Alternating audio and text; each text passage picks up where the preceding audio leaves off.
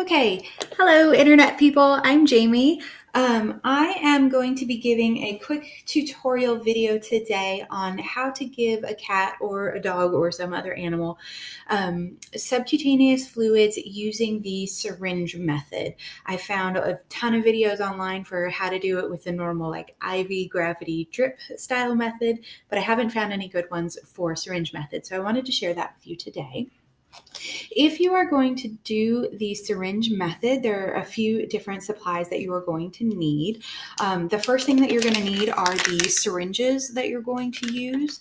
The ones that I use are 60 milliliter syringes or 60 cc syringes. That means the same thing. I typically will use 2 of them in any one session with one of my cats because they all get anywhere between 80 to 120 milliliters of fluid in any one session. Another thing that you are going to need is some sort of extension line. You probably can't see it because my lighting is terrible here. The extension line is a short hose that you'll use to connect the syringe to the needle that's going to go into your cat.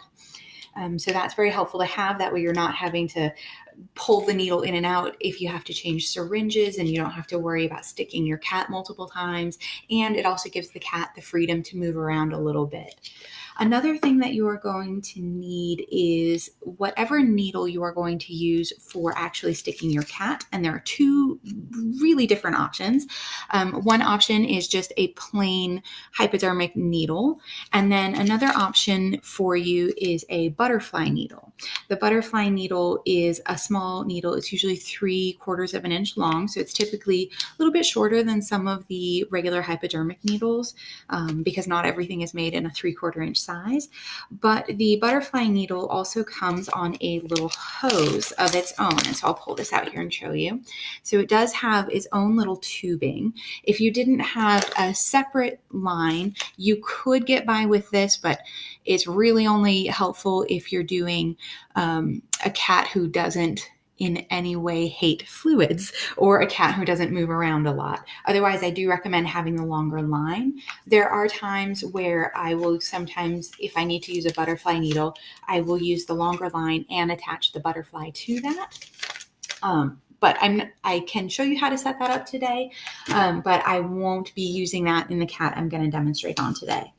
And then the final thing that is good to have is I like a separate needle for drawing the fluids from the fluid bag into the syringes. I typically use a 21 gauge needle on the cat I'm going to be demonstrating with today. It's a pretty thin needle. I like to use an 18 gauge needle for pulling the fluids out of the bag and into the syringes. That just lets me get the fluid into the syringes a little bit faster and reduces the possibility of air bubbles going in there. I can make a separate video if you guys request it on how to get the fluids from the bag into the syringes. It's pretty straightforward though. You just pop your needle directly onto the syringe that you're going to be using, stick it in the appropriate port on the bag, pull back on the syringe to get the fluids in there. The biggest thing to remember with that is that when you're pulling the syringe back, you shouldn't pull too hard. If you pull really hard, the fluid's going to rush in really quickly. And when you do that, you're going to be creating a lot of air bubbles.